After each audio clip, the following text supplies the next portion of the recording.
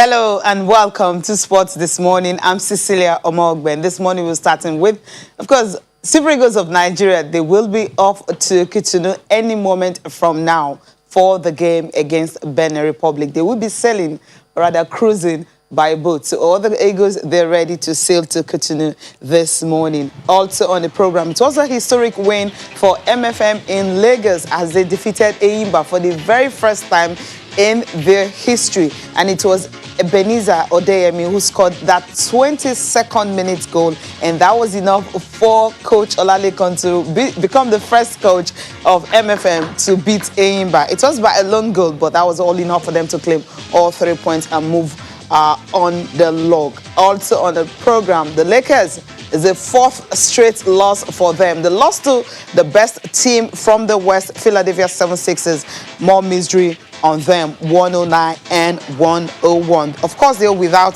LeBron James, who is injured, ankle injury, and Anthony Davis with a calf injury, and the 76ers staying hot in the NBA.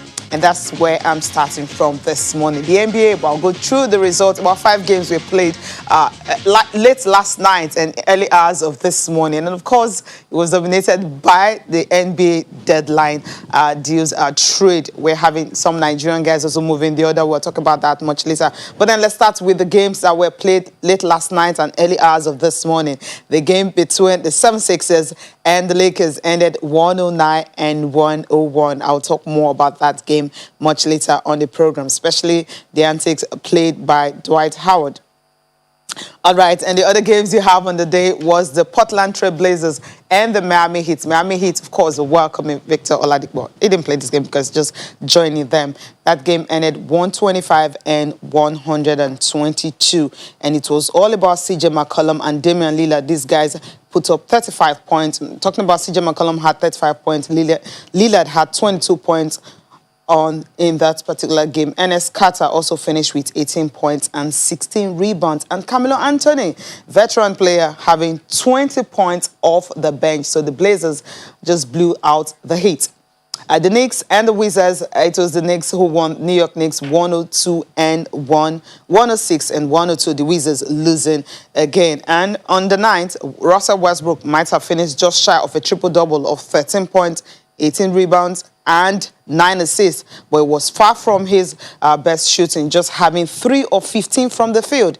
He also missed all 5 of his attempts beyond the arc, and of course, tallying about 8 turnovers. So it wasn't a good one for him on the night. Of course, that's one of the reasons the New York Knicks had to win this one, 106 and 102. The games between the Clippers and the Spurs, it was 98 and 85. The Clippers winning by just 3 points. And the Kings and, of course, the Warriors, Sacramento Kings, well, you say one guy who always comes to the party, De'Aaron Fox, also came to the party, a career high of 44 points, leading them to crushing the Golden State Warriors, 141 and 119. For De'Aaron Fox, a good one for him. He was 16 of 22 from the field to go with 7 assists, 3 steals. And, of course, the Warriors are still without Steph Curry. We don't know when he's going to return. And Tyrese Haliburton added 21 points with a career high of 6 3-pointers. So the Sacramento Kings were just unplayable in that one. For the Clippers, it was Paul George who had a double-double, 24 and 13, and helped them to actually top the San Antonio Spurs. Kawhi Leonard didn't play. We're expecting the return of him to the Spurs, but he didn't play in this one. He's injured with a foot injury. Okay, talking about the game of the night for the Lakers. Yes, that's the game I'm picking for today because of, well, the 2 big teams in the NBA and the fact that the Philadelphia 76ers don't just know how to lose. They're staying hot. And just the beginning of the game, you saw Dwight Howard and, of course, Danny Green having their rings. The Lakers gave them their rings before the game started. It was smiling. Yes, all smiles, but towards the second quarter, before Dwight Howard was ejected, I mean, he had a kind of a very silly way shoving Montrez, who wasn't really happy before he was ejected in the game. But back to the game, the defending champions losing their 4th consecutive game in the absence of 2 of their top stars, talking about LeBron James, who is injured with the ankle, and of course Anthony Davis with calf injury, and the Sixers staying hot. Danny Green hunted his former team, guiding that informed team to their 4th successive victory. And he had a whole lot because he hit about 8 of 12 3-pointers, more than any Lakers player has made this season. And he also got a game high of 28 points, talking about how your former player coming to actually hurt you. For the Lakers, Kyle Kuzma, of course, had 25 points. Dennis Schroeder contributed 20 points and 11 assists, but the Lakers just wasn't enough. They suffered their 6th straight home loss to the 76ers. Sometimes when they just face the 76ers, they don't know how to beat these guys. But Dwight Howard, I mean, as usual, he was the talk of the game because of his usual antics, actually shoving Montrezl Harrell during the second quarter before he was ejected. That was after they actually received the ring at the Staples Center before the game started. Let's get post-match reaction from, of course, the camp of the Lakers first. Yeah, well, each of the last 3 or 4 games, we've had one really bad quarter, and we're hoping to prevent that and play a 48-minute night. The third quarter, we just credit the defense. They're great at forcing turnovers. We made some few poor decisions, but they made some good defensive plays there in that stretch as well, and got going in transition. And then obviously the double team is trying to take the ball out of Tobias's hands mostly. We got crossed up on a few of those and gave up threes as well. So just a tough stretch for us during that quarter, and we got to continue to try to put together 48 minutes. Play desperation type basketball. We played with pace. We flew around on the defensive end of the floor, made rotations. Just tried to cause a lot of havoc on the defensive end of the floor. And then on the offensive end of the floor, we was just swinging the ball all around, man. Just tried to keep the ball keep hopping left and right, making them make extra rotations, man. And guys started to make shots. The third quarter definitely hurt us a lot. They hit 4 or 5 threes, which caused them to get on that big run and then take that lead up to where they did. And we can't have those lapses. But every game, man, we seem to be right there, and we always have that lapse. One of these quarters, man. So we just got to find a way to just take that out of the game. 9 turnovers in that third quarter. Obviously, that was what really hurt the Lakers. They just couldn't carry on in the fourth quarter. They needed to be present 48 minutes, but they just couldn't carry on. Of course, the big stars are missing. But then Doc Rivers is happy because he had compliments of most of his players. Joel Embiid is still missing, but then all the players in court, they all step up, and of course, they got that victory. We didn't even know he was going to play until, hour really before game time. I felt like he was. And then you just don't know what you're going to get when guys are out. And he was huge for us, They decided to trap Tobias. He's always our next option off the traps. And Tobias kept finding him. I thought that just stretched the floor for us and allowed us to do a lot of other stuff. Paul was great, other than that 3 with 19 seconds on the clock in the fourth quarter. But, it was so tough for him because we haven't used him at the 5 ever. So he didn't know any of the coverages defensively, and that just put him in such a tough spot. The only offensive play he knew was our one set that we run delay because that's what they ran for him in the G League. And so we started running that and got 2 layups for him out of that. So, but he's just one of those guys, man, that he has a nose for the ball. He finds the ball. He plays with amazing energy, and he was good for our team. Mike just struggled shooting the ball tonight, but did a lot of other good things. His threat was what allowed us to get the lead, though, because when you pull their 5 out of the paint, that's where we got all the drive attacks. I thought that was good for us. Great for them. And, of course, for Montrezl Harrell, he's reacting to that shove by Dwight Howard. He wasn't really happy with what happened. And, of course, he says it was really disrespectful for Dwight to do that to him. I don't know, honestly. I don't even really care, to be real with you. I was playing basketball, man, and, Doc is old coach of mine, so is Sam, man, and, when I'm talking to the coaches, and if they feel like, some of the things you're doing aren't basketball plays, man, then it is what it is, man, but, I'm not backing out from nobody, man. I don't take that lightly. I don't take, none of that disrespect. You're not going to, push me all around on the court and just feel like you're just going to big boy me and just, have your way with me. No, it don't fly with me. It's not in my blood, and it'll never be in my blood. I don't care what nobody feels about it. I don't care who don't like me. It is what it is, man. Like, that's just what it is. So that's how I feel about that situation, and, that's where it's going to stay. He stays there. He's really not happy about that. Okay, the guys who put up the numbers on the night, not many of them, but the ones who did had some ridiculous numbers. I'm talking about De'Aaron Fox. He had 4 points on the night, 2 and 7. That's how the Sacramento Kings were able to overpower the Warriors in that whitewashing. And of course, CJ McCollum had to make it. He had 35 points, 1 and 8 for the Portland Trail Blazers. Not leaving the NBA yet, quickly we'll talk about what's happening, the deadline day transfer, deadline day deals for the NBA, the trade deals. And 2 Nigerians, of course. Victor Ladipo, he joins the Heat from the Houston Rockets. And everyone is saying Houston Rockets are more like losers this time around. And then you also have Al-Farouq Aminu also moving from the Orlando Magic to the Chicago Bulls. So it's a great one for these stars. The good thing is Al-Farouq Aminu should have more minutes to play. He's been good since his return from injury. Victor Ladipo too, also returning from injury. He was part of the trade, the monster, or rather, blockbuster trade deals that involved James Harden moving to the Brooklyn Nets. No, and then, of course, he had to come to Houston Rockets. But Houston Rockets have traded him. And trading him, they got Avery Bradley, Kelly Owens drafted in the other way. For the Chicago Bulls, you will say they're getting a very, very good Nigerian who will be joining their ranks, moving from the Orlando Magic and joining that team. So great one for these 2 Nigerians, because there are other players who moved on that NBA trade deadline. But then we're focusing on this too because, you know why, the Nigerians.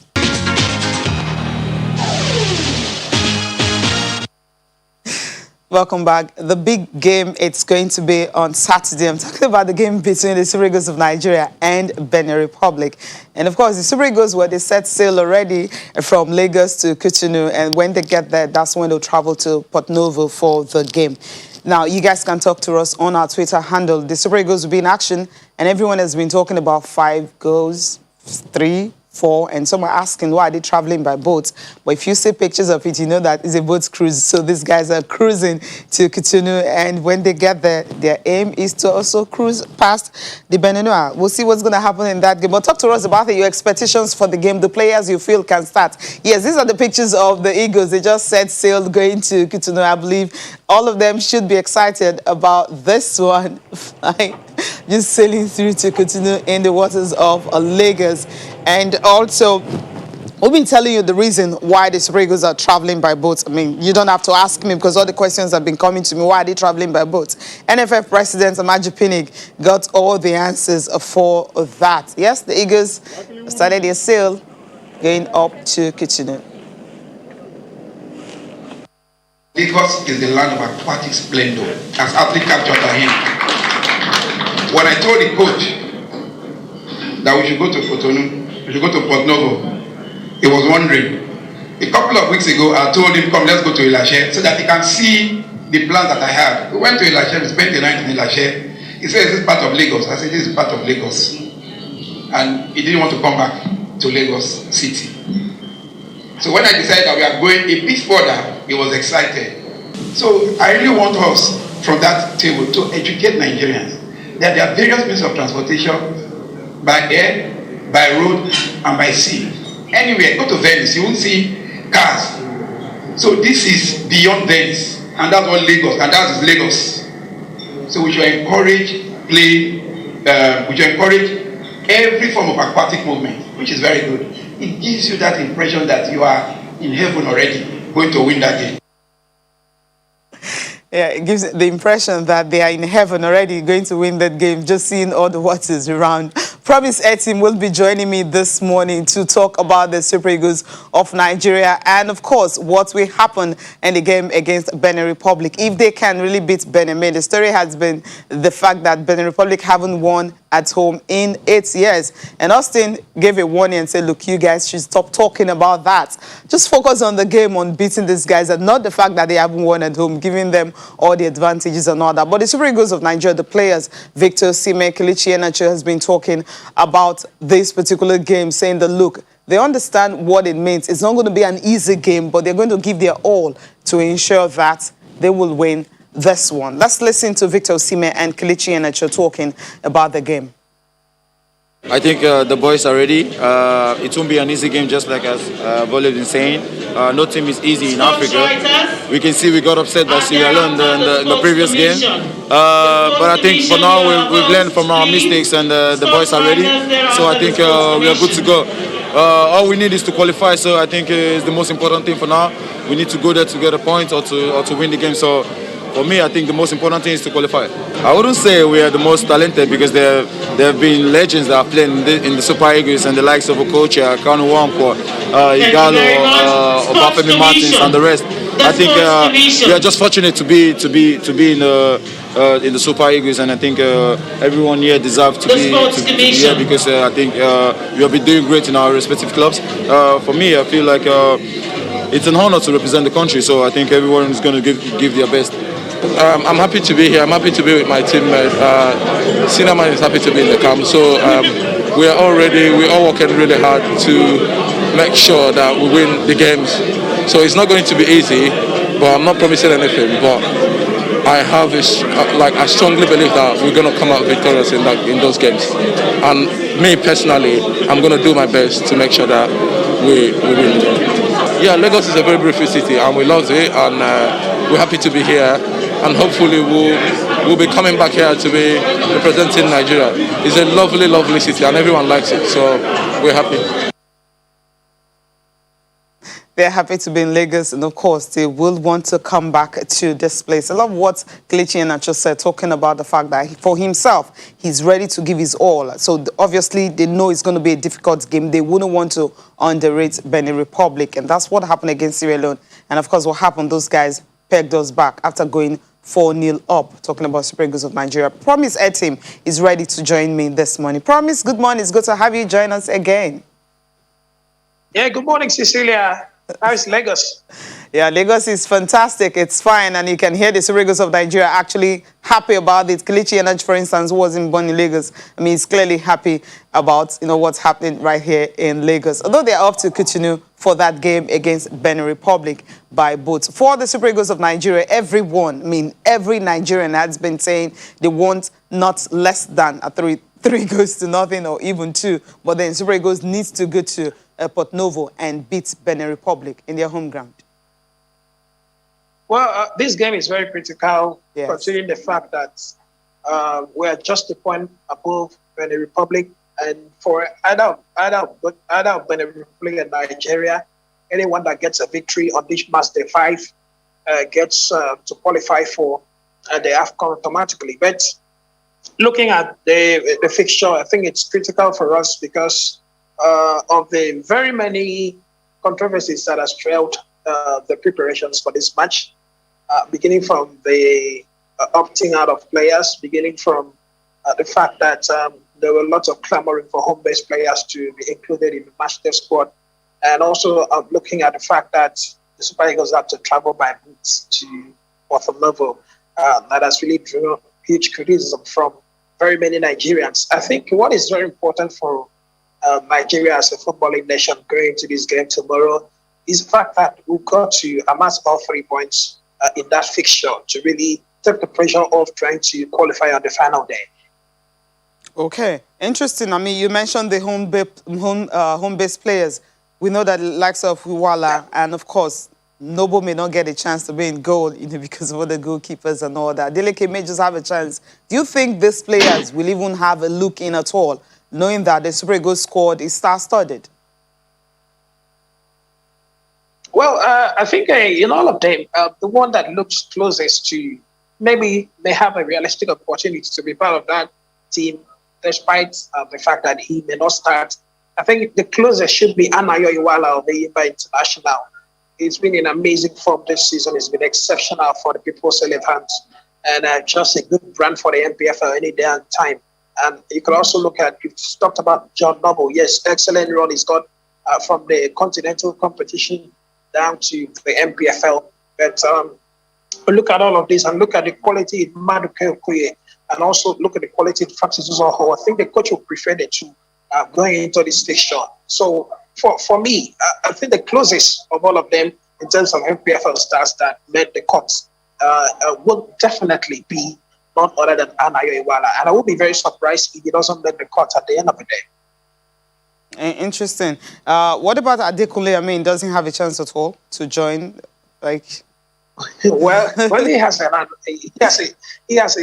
chance somehow. If you look at it logically, I would say a 20% chance of making it to the starting lineup or the bench. But if you look at the quality in this side, you'll be tempted to say that Gernot Rohr will really stick to the guys he knows so much, and perhaps the players that have delivered for him over time, the ones that have played together and that had so much experience together, and going to the game of this magnitude, which you don't need to gamble.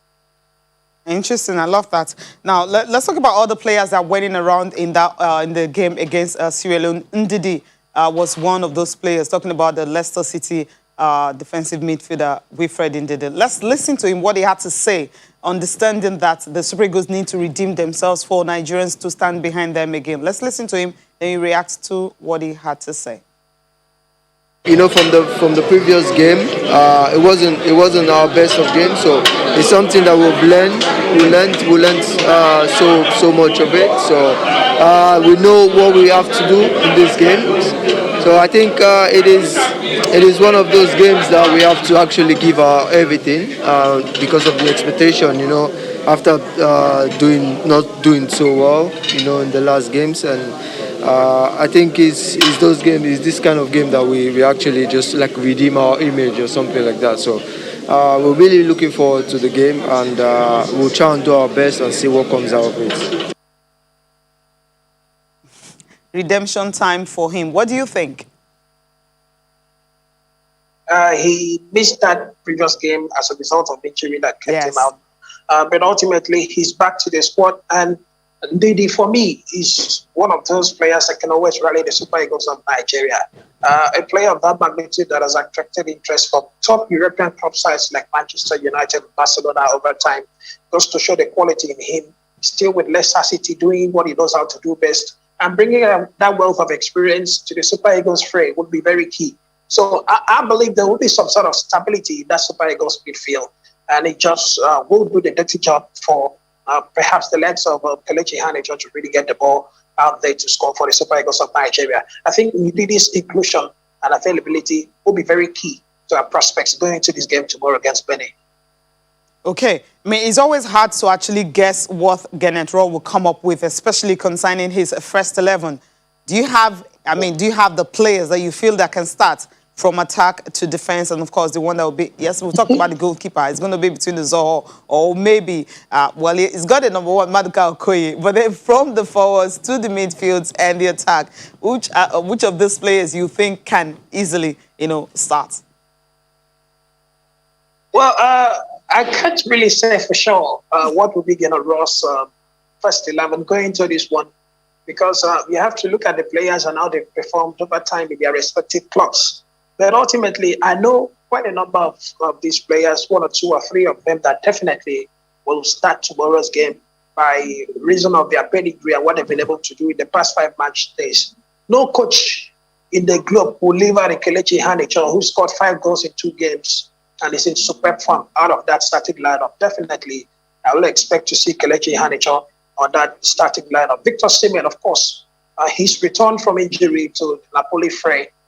He's not been able to really fire in all cylinders as the case was when he got the season underway on the flying notes. But I think ultimately he may really get the spark tomorrow. He should start that game as well. Well, there's been lots of criticism as regards captain of the side, Ahmed Musa, for not having a club. No doubt about that. But the reports began, and even what you guys reported the other day, we understand that Ahmed Musa has been exceptional in training. And he's really caught the attention of the manager, Gernot Rohr. So it may be a surprise inclusion there by virtue of the fact that he's got the experience, by virtue of the fact that he rallies the boys. And whenever he's on that green color for Nigeria, he's always extraordinary. So I think, in my opinion, if Ahmed Musa gets to start that game, it may just be the icing on the cake for me. But I expect to see Wilfred Ndidi anchoring that midfield. Organic red table. Well, depends on what actually the coach wants, but I think Organic red table and Wilfred Ndidi that midfield should provide the necessary cover needed to really propel the Super Eagles for victory. Okay. Interesting. I think a lot of these players, of course, we know all of them are likely going to start on that day. Well, let's just leave the Super Eagles of Nigeria now because it's a whole lot. I mean, we'll just wait to see what's going to happen. But before we leave the Super Eagles, what's your prediction? Tough game. To be a scrappy win for the Super Eagles. It will be very tough. Score line like 2-0, 3-1? Most likely, I think it will be a 3-2 result in favor of the Super Eagles. 3-2. Okay. Yep. That's rich. All right. Just confirmation of the games from Nigeria's group on Saturday. Lesotho and Sierra Leone will face each other. Of course, that game will be played before Nigeria will play Benin Republic. And if it's a draw, of course, we know that Nigeria already qualified even before, getting to play. And for all other African nations that will be in action today, let's start with the Friday's fixtures before we go to the nations that have already qualified. You have Burundi and Central African Republic. Okay, yeah, the results from yesterday, Ghana and South Africa ended 1-1. Ghana needed to win to just qualify straight up. But right now, that group is getting tighter and tighter. Ghana and South Africa on same point, 10 points. So they have to wait for the last game to be able to qualify because another team is breathing down their neck. They are breathing down their neck that is on 9 points. So that group is pretty tough. For Gabon and DR Congo, it was 3-0. Gabon winning. Gabon also qualified. Gambia and Angola won it. Comoros, they've qualified for the Nations Cup for the first time. And there's actually a party in their city right now against Togo. It was goalless, but that was enough for them to qualify. Comoros Island, yes, they are coming to the Nations Cup. Kenya and Egypt ended 1-0. Botswana at Zimbabwe, it was Zimbabwe winning. Zambia and Algeria, 3-3 all. That game ended. 3-2. That game ended. Equatorial Guinea and Tanzania, it was Equatorial Guinea winning by a lone goal. And of course, you have other games, Libya and Tunisia. Tunisia have already qualified, but then they still beat Libya by 5-2. Let's take a look at the teams that have qualified for the Africa Cup of Nations. And hopefully by tomorrow, Nigeria will be among the teams that would have qualified. You have Cameroon, Mali, of course, the host nation, Cameroon, Mali, Guinea, Burkina Faso, Ghana. Yeah, I think Ghana is still dicey. I don't know if we can add them right here now. Still not dicey. Okay. So Ghana is out of it right now. You have a Gabon, Gambia, Egypt, Comoros Island, Algeria, Senegal, Tunisia, Algeria. You have Zimbabwe, Equatorial Guinea. These are the teams that have qualified for the Africa Cup of Nations. Okay, the games for today, Burundi and Central African Republic will be national. Mauritania and Morocco, Cape Verde and Cameroon. You have Eswatini and Guinea-Bissau, Congo and Senegal, Niger and Cote d'Ivoire are the games that will be played today.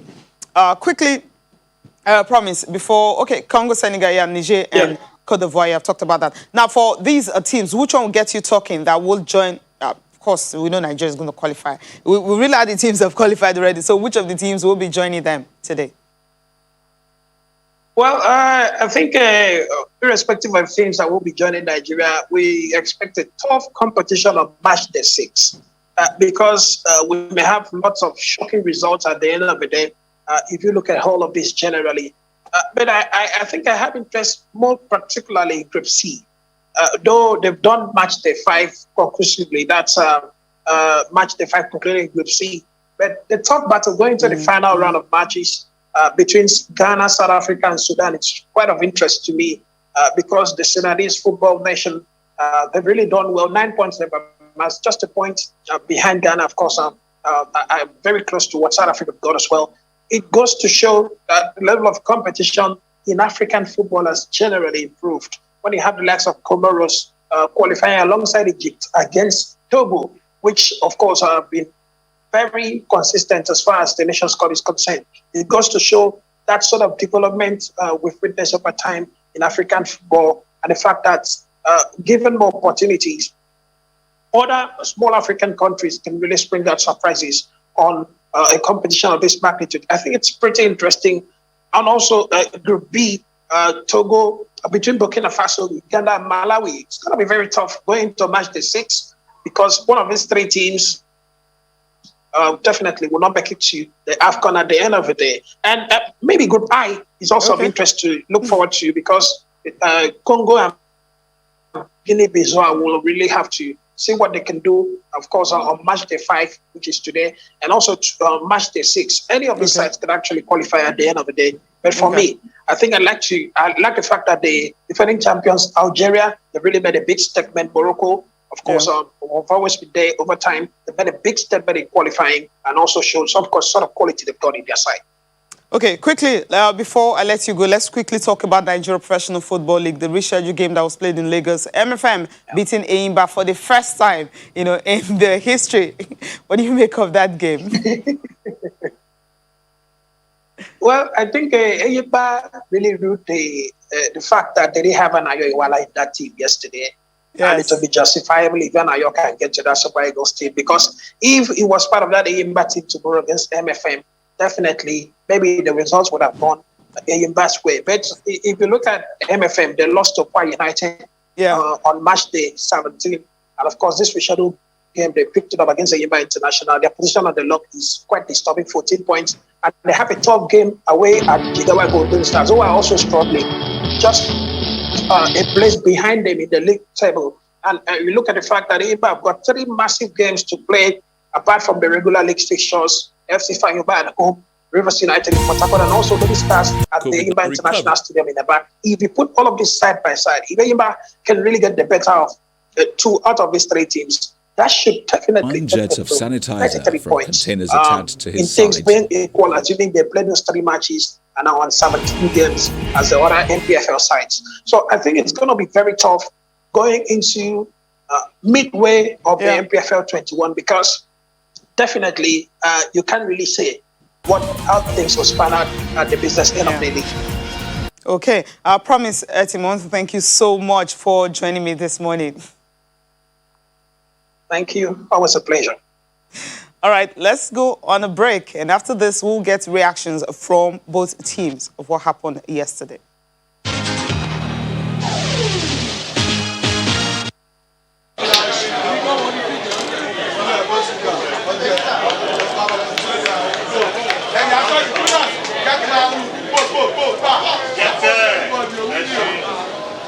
Anybody market you? Oh, not Jalele Komo. Another way to say to the referee FIFA. That is the winner.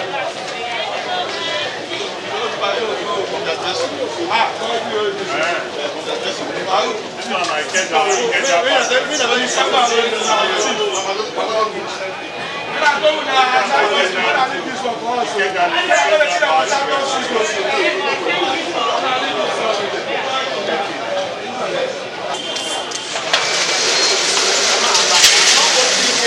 I've done the game. I'm not opening it for anybody.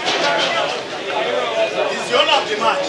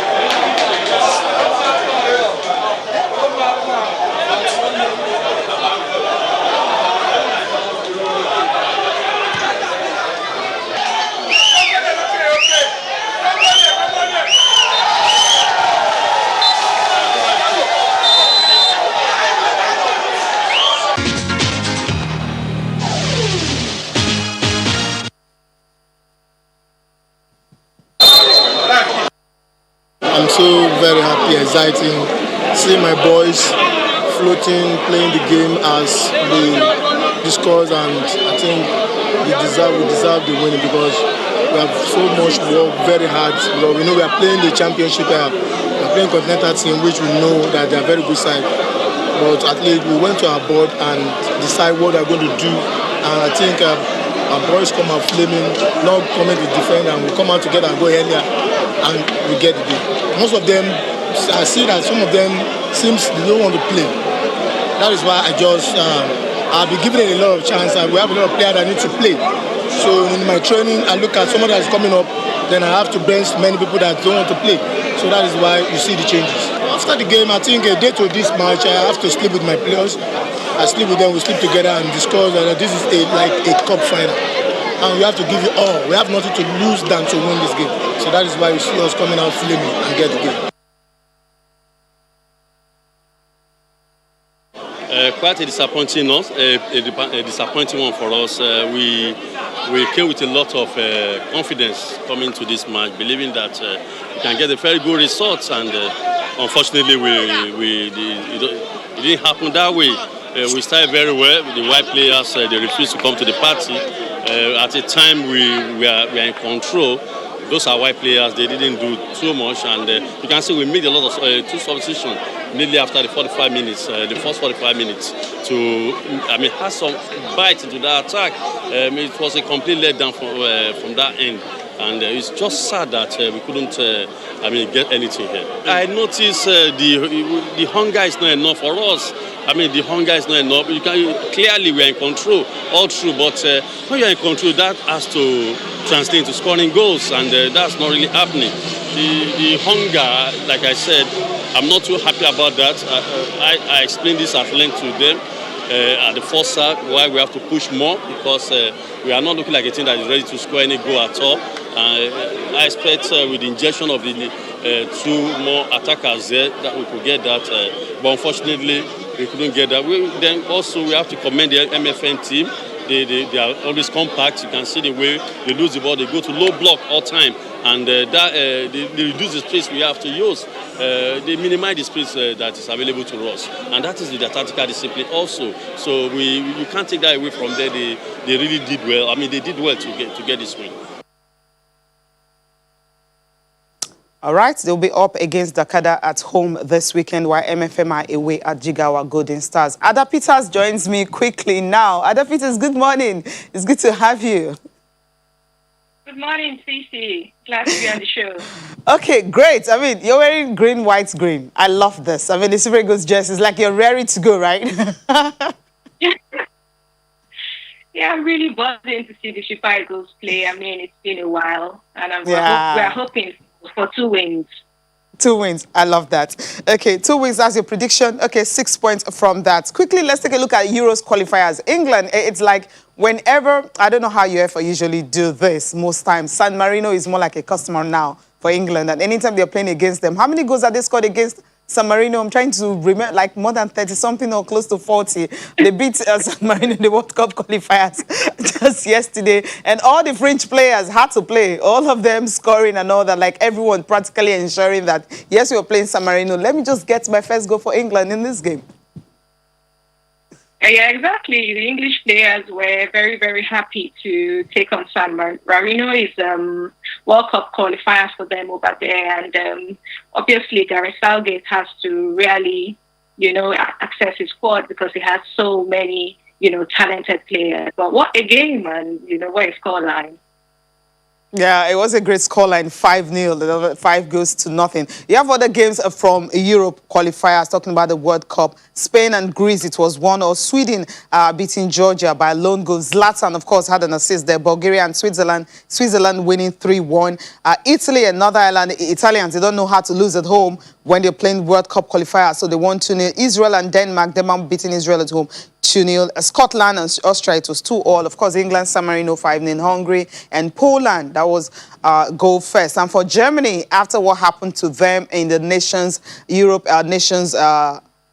Cup, but then they couldn't, the Nations League, they had to bounce back from that, beating Iceland by 3-0. Which of these countries gets you talking quickly? I'm very happy to see Germany get their group back. It's very important for them to stamp and reintroduce themselves as, a world winner, a world contender as they are. The likes of Gnabry and the rest of them, Müller, showing the world the quality they have. Netherlands as well. It was interesting to see how they weren't really able to be on the front foot. The whole world is really crying out for the orange to get back as well. So I guess there's work for them to do in the Dutch team. Yeah, interesting works for them. For Spain and Greece, were you surprised by that draw?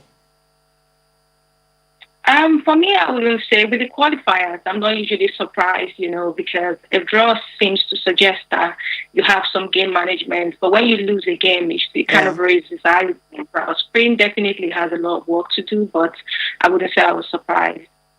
Yeah, interesting. Okay, Ada Peters, we really don't have time on the show. I mean, I know you have to join us so late, but thank you so much for staying tuned and also joining us. Hopefully next week we're going to do this the longer time. But before that, can you give me a prediction? Yes, you said Super Eagles are going to win over 2 legs, but tomorrow's game, what's your prediction? 5-0, 2-1?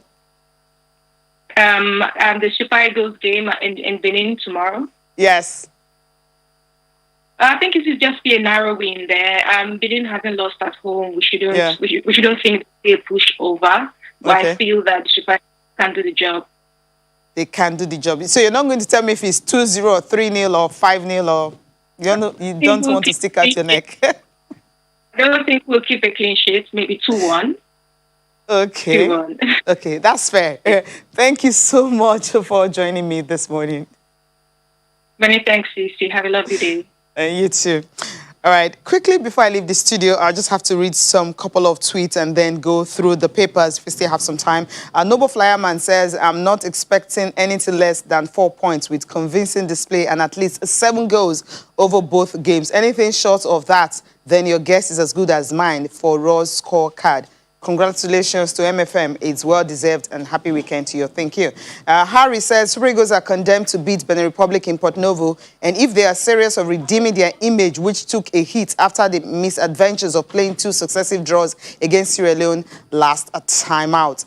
And Oshogwe says, I wish the Super Eagles victory against against, of course, Benin Republic, but their traveling by water should be put into proper consideration because some of the players may be aquaphobic. All 3 points, no excuses. And Ejike says, I'm very pleased with the idea behind the boat cruise by the Super Eagles to Port Novo. It's indeed a powerful way of showcasing what we have as a country. However, I wouldn't go as far as comparing the cruise to heaven. He's reacting to NFF president there. And for Law Alpha, he says the Super Eagles are star-studded and anything less than 4-0 bashing of Benin won't be acceptable. I'm still wondering how MFM on poor form recently managed to beat Eimba. Well, that's just luck. Beniza Odeyemi was the guy who got that goal for them. Quickly, the papers are Sporting Sun. It's all about Super Eagles. Governor Sanwo-Olu charges Eagles to beat Benin and Lesotho. And Okoye Uzoho in goal. Raw is undecided about this one. And the next one is Sporting Life. And Sporting Life here, Operation Conquer Scorers. Eagles target 3 points. That's what Musa is saying. Not thinking about Lesotho yet. But then Raw is urging a winning mentality for all the players. And the final one is Complete Sport. Complete Sport here, Kelechi Iheanacho close to a new £90,000 a week less deal. I believe he was at United, would have been earning up to 150. Okay, Eagles poised to bury Benin with goals. That's what Iheanacho and Onuachu, that's what they're saying to the scorers. And Suarez could make sensational return to Liverpool if, okay, there's a question mark there. Okay, that's it on the program this morning. Thank you so much for joining me. Do have a fantastic weekend. I'm Cecilia Mogbe. Bye for now.